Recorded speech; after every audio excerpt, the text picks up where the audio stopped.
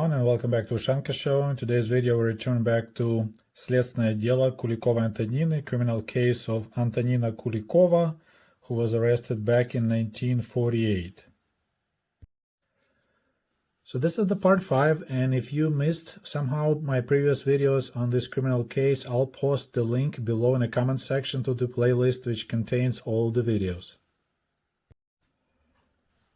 And just a quick reminder, Antonina Kulikova was born in 1921, so she was 27-year-old at the time of her arrest, and she was a secret informer of NKVD, or at that time was called MGB, Ministry of State Security. So this is the part where we stop in her interrogation, which was going on in May of 1948. And this is the next question, вопрос. Кроме сожительницы Никифоровой, so despite the person that you shared the room, who else from your people you know did you tell that you are cooperating with органы MGB, you're cooperating with state security?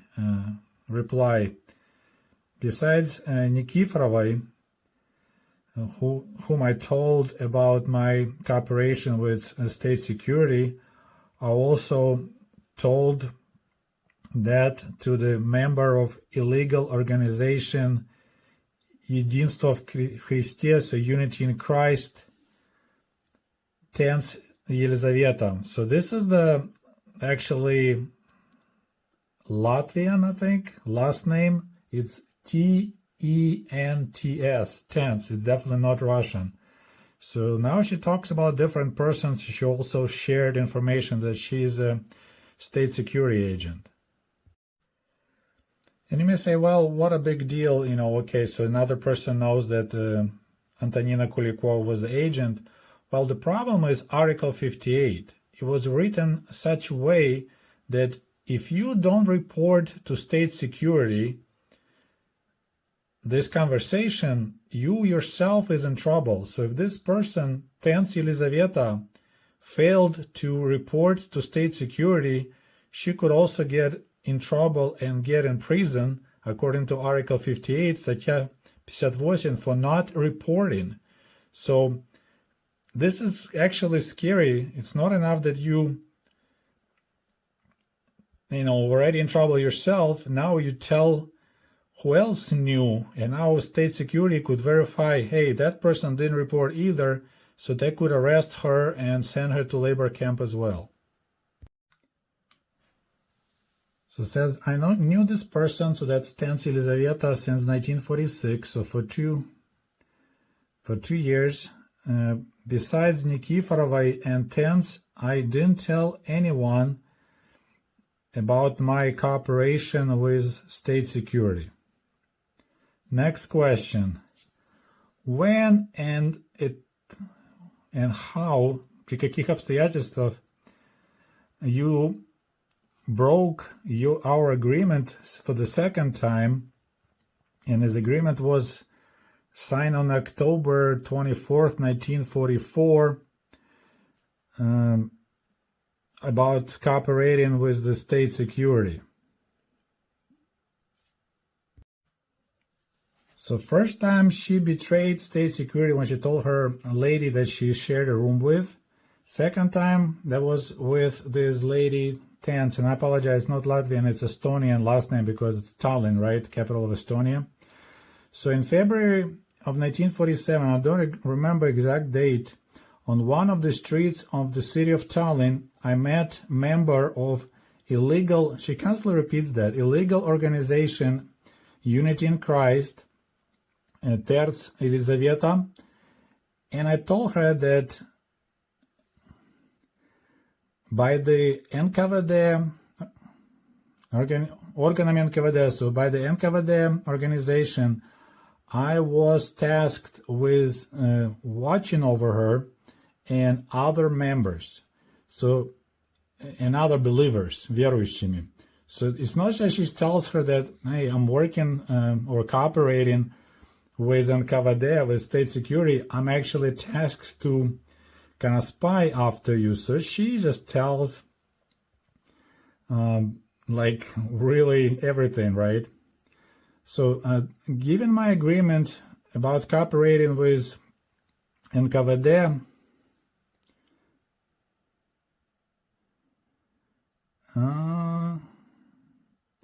I signed the paper, so I'll be meeting with one of the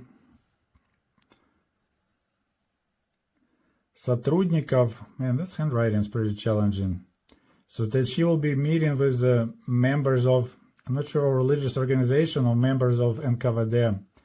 So this lady replied that it's not good for the believer to do something like that, to cooperate with state security,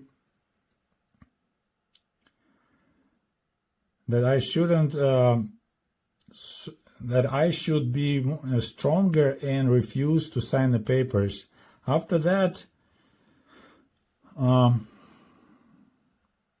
told the lady that in these papers that I signed, I made оговорка, so it's kind of like I don't know how to translate it. So she said that she kind of made tried to dodge what was going on, that she will be only telling the truth and she will never lie. So like, it's a big sin to lie, right?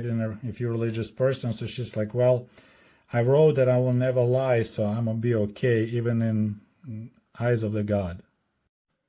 All right, moving to page 16. So after that meeting that I told this lady about my cooperation with state security, I haven't met her for another month, and later I met her again months later. And while we were talking with this lady, I noticed that she doesn't want to talk to me much, малоразговорчивая, and kind of changed her attitude towards myself. Well, obviously, you tell the lady, hey, I'm working for state security, and the lady suddenly changed her attitude.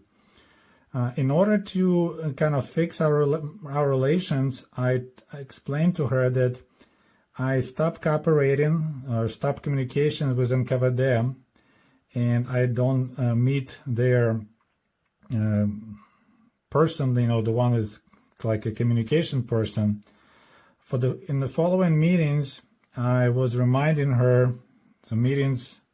So it looks like they meet in the apartments. So it's like a small meetings of believers. I noticed that she wasn't trusting me, so I kept on reminding her that I quit working for NKVD. They don't bother me anymore, so she should be cool with me again. Approximately in March of 1948, so during our last meeting, this lady told me that now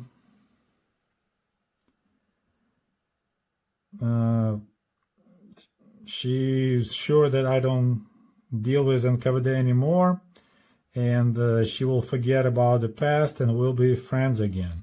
And this, once again, there's a red pencil marks that something important was said. Next question. Рассказав своем служении.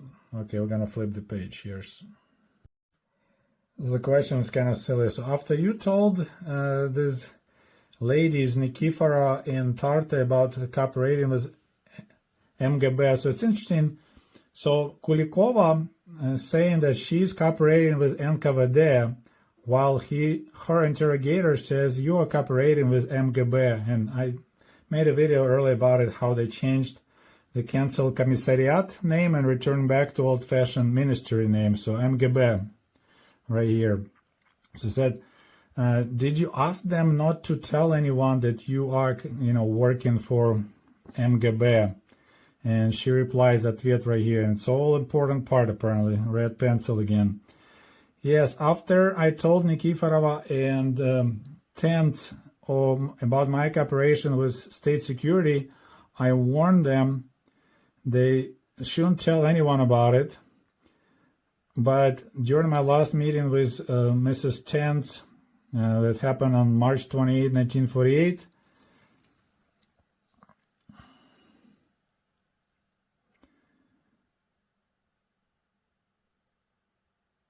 my goodness, there's a complicated. So they were on a trip that she mentioned earlier, and I guess there was a conversation about cooperation. And I replied, why are you talking? Why do you need to know? She was asked, are you still cooperating with state security, something like that? And she said, why are you asking that? I don't need to report you of any changes. So it's kind of bizarre here.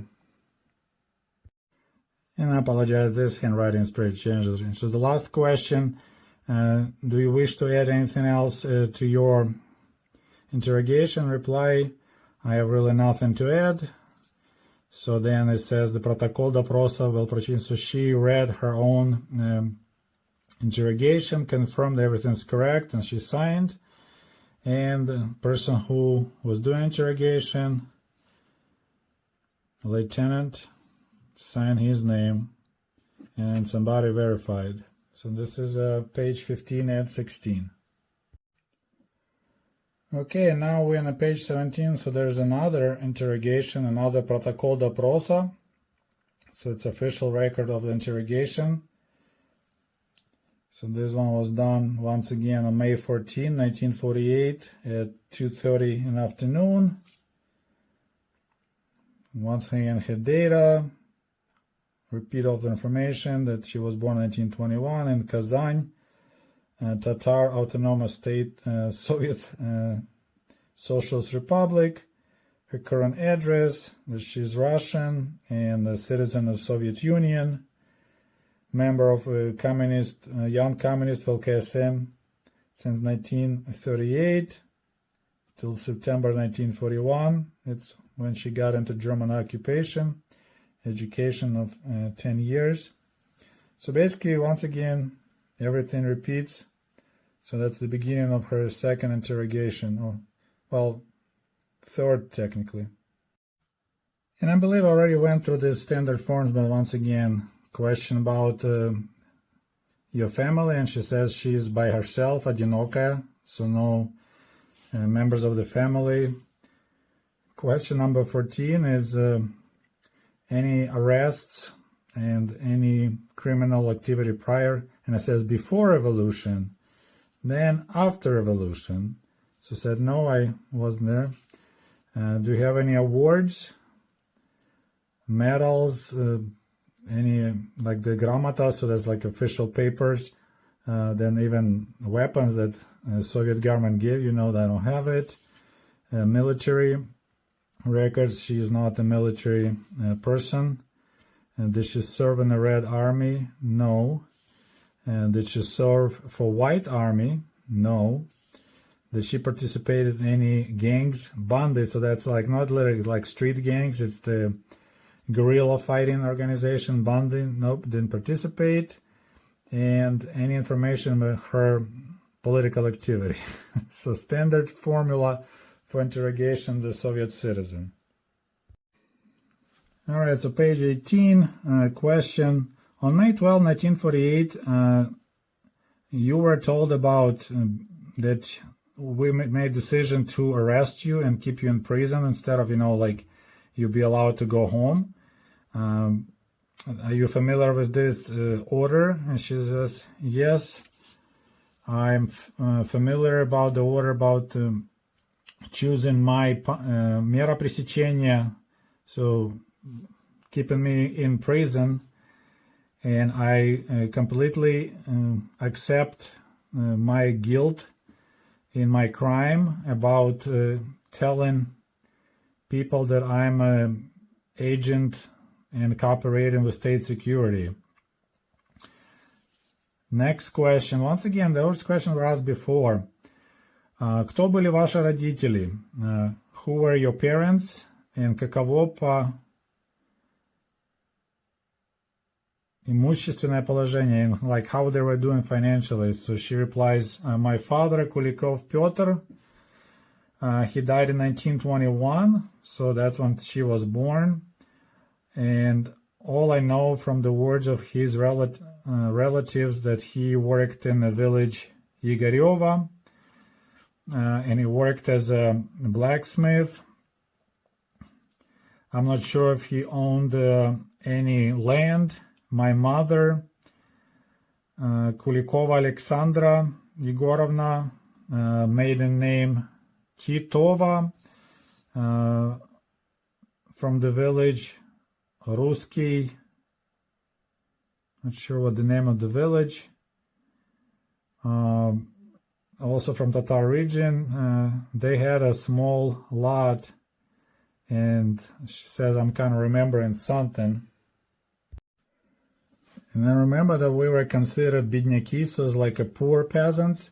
There was a pretty much bidnyak, was a poor peasant. There was serednyak, like a middle peasant, and then we had a kulak, so that's the rich peasants. That's the standard classification of peasants after revolution. The size of her usadьба, her like a farm, I don't know.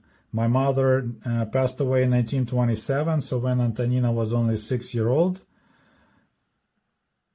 And then it says, I read this record of my interrogation in Russian language, and it was recorded from my words correctly, and that's his signature and the signature of the person who interrogated. Okay, now we're at page 19, and there's another protocol допрос, another record of interrogation. What's interesting, it's the same form, but paper feels way thicker. So it was printed at a different time.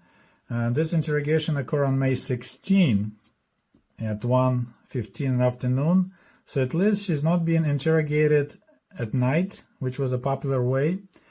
And this was done by actually Major Udalov. I'm gonna try to see if I can locate maybe information on these people that work in Estonia at that time. And this handwriting, of course, way better, way easier to read, but it's pretty much a repeat of everything that she's Russian citizen. I don't remember if that was before, but it says her passport was confiscated at the time of arrest, and she is social origins from the poor peasants. So that's the page 19. Let's see what questions she was asked here. Very important questions, my goodness. Вопрос. Уточните ваше социальное происхождение. So please be more specific on your social origins. Like, who cares? You know, well, maybe if you're originally from rich people, then you'll get shot. If you're originally from poor people, you're just going to send to Gulag camp. So reply, I'm not sure exactly about my social origins. When my parents died, I talked about it in my previous interrogation, I was given to the детский дом, so that's like orphanage house. Later, my older sister told me that our parents, before they died, lived in a village called Yegoryevo, Lanchskого rayona in Tatar Republic, and they had бедняцкое хозяйство, so they had like they were poor peasants. Next question. During your previous interrogations, you said that told about your communications and connections with MGB, with state security, to the citizens of Nikiforova and Tentris. Tell me, who else did you decipher yourself? That's an interesting word, расшифровались. Who else did you expose yourself as the agent? Reply, тут interesting word, заверяю, so it's like I swear pretty much that besides Nikiforov and Tentris, I didn't tell anyone about my cooperation with state security. So just for 2 questions, another interrogation, and then once again she verifies yes, that's correctly everything written down, and MGB Major Udalov. Okay, so now we're at page 21. So this is pretty scary document. So this is постановление, so it's kind of like the decision was made, right? What kind of, I'm just not knowing these English words, so this is what she's guilty of. So this is statement determined what was determined was her guilt. and it was confirmed by Major of State Security Jakobson. You need to look him up on the May 26.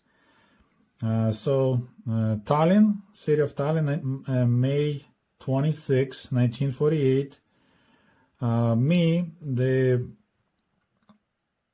Начальник, so it's like a chief of a special department of MGB, Ministry of State Security. Here, they blocked NKVD, so that's old form they still utilize in Major Udalov. So no name, no first name, just the title and the last name. That's how it says here, звание и familia. So after looking at these materials in case number 002 and considering the fact that Kulikova Антонина Петровна достаточно изобличается в том, so it says has enough evidence that she, while being a secret agent, and there they missed the word organov, so organ is like, anyway, state security. So she, while being an agent of state security, she stepped on the road of double dealing, путь двурушничества, and she сознательно расшифровалась, so she's like consciously deciphered herself, so told people who were doing anti-Soviet activity. So being a religious person was being anti-Soviet. She told them about her secret like missions. So she told them like, hey, I'm supposed to like spy on you guys. So this is her обвинение. Don't know that English word, but anyways, that's when you tell this is what we think you are guilty of. And there's some people commenting there, for some reason they use the letter Z to fill the empty spaces, just to mark like, hey, there's nothing else should be here. I don't know why. And the back of the same page, so that was, decision was made according to the articles 128 and 129 of the criminal case of the Russian Federation. Once again, this is going on in Estonia, but she's being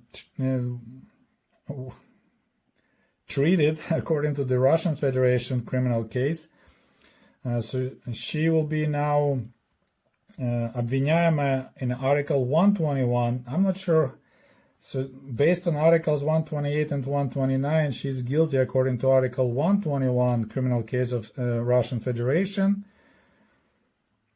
So she needs to sign that this, we found you guilty according to this, and you should be aware of it. So, and yes, I was told about it on May 26, 1948, Kulikova. So this pretty much kind of, they wrapped up the case and told her this is what we're looking at.